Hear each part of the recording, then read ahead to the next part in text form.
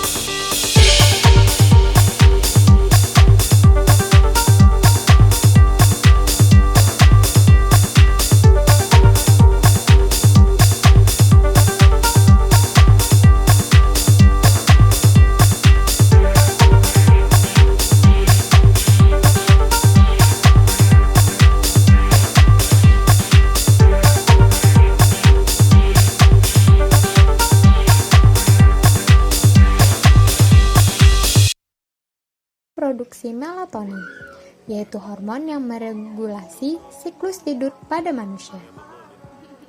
Kelenjar pineal pada manusia terdiri atas lobular parenkim dari sel pinealosit yang dikelilingi oleh jaringan ikat. Permukaan kelenjar pineal diselimuti oleh struktur yang disebut kapsul pia. Kelenjar pineal termasuk dari beberapa jenis sel, antara lain 1. Sel pinealosit. 2. Sel interstisial. 3. Sel perivaskular fagosit. 4. Sel saraf-pineal. 5. Peptidergic neuron-like cell. Mekanisme kelenjar pineal. Cara kerja kelenjar pineal pada waktu tidur berhubungan dengan waktu malam dan siang. Pada malam hari, hormon melatonin pada kelenjar pineal akan bekerja lebih lama dibandingkan siang hari. Panjangnya waktu yang menghasilkan hormon melatonin berhubungan dengan jam biologis manusia. Sedangkan cara kerja kelenjar pineal ketika melakukan aktivitas seksual tiap tingkatan umur berbeda. Dengan demikian, saat masa pubertas, kelenjar pineal akan mengalami penyusutan dan mengeluarkan sedikit melatonin. Adapun cara kerja kelenjar pineal berhubungan dengan mata ketiga dan rohani, hampir sama seperti cara kerja saat kalian masih anak-anak. Hanya saja ketika berhubungan dengan mata ketiga dan rohani, kelenjar pineal akan menghasilkan DMT, yaitu zat yang menghubungkan antara nyata dan tidak nyata membentuk pola resonansi. Dengan kondisi ini, seseorang bisa kembali ke dunia nyata, di mana kita bisa melihat secara nyata dan tidak nyata. Selama kelenjar pineal aktif dan melepaskan DMT, maka terjadi proses biokimia dan bioelektronik. Kelenjar ini bisa aktif karena tergantung pada aktivitas yang dilakukan oleh individu maupun lingkungan. Materi selanjutnya yaitu kelenjar timus. Pengertian kelenjar timus. Kelenjar timus adalah suatu organ limfoid simetris bilateral yang terdiri atas dua lebus berbentuk piramid yang terletak di bagian anterior medias timus superior. Perkembangan timus yang maksimal dicapai kira-kira pada saat pubertas, dan timus kemudian mengalami suatu proses evolusi. Perlahan digantikannya parenkim oleh jaringan lemak, dan pepuasa yang lambat laun akan menurun fungsi imun pada masa dewasa. Selanjutnya yaitu fungsi kelenjar timus. Dalam hal ini peran utama ditugaskan untuk kelenjar yang ada di leher ini, yang dalam istilah alternatif untuk timus ialah untuk memfasilitasi fungsi sistem kekebalan adaptasi tubuh. Sebuah jenis tertentu dari leukosit atau sel darah putih yang disebut dengan limfosit T dididik di wilayah ini, yang kemudian dilepaskan ke dalam aliran darah dan mengatur untuk menyerang dan menetralisir zat berbahaya yang mendapatkan masuk ke dalam tubuh. Untuk pemenuhan sel imunitas dimediasi, sel T memiliki wilayah khusus pada permukaan mereka yang memungkinkan mereka untuk mengenali dan menyerang peptida antigen tertentu dan menghilangkan resiko yang mungkin disebabkan oleh hal itu. Dalam hal ini ada harus membedakan antara fungsi sel B dan T, di mana sel B mampu mengenali antigen yang mengembang bebas dalam tubuh, sedangkan yang kedua tidak bisa mengenali mereka. Namun, sel T menyelesaikan tugas-tugas sel imunitas yang dimediasi dalam dua cara yang berbeda, yakni mereka dapat secara langsung menyerang sel-sel kanker atau terinfeksi atau langsung dan mengatur respon imun dalam tubuh. 1. Kelenjar timus dapat memperkuat sistem kekebalan tubuh, terutama pada masa anak-anak. 2.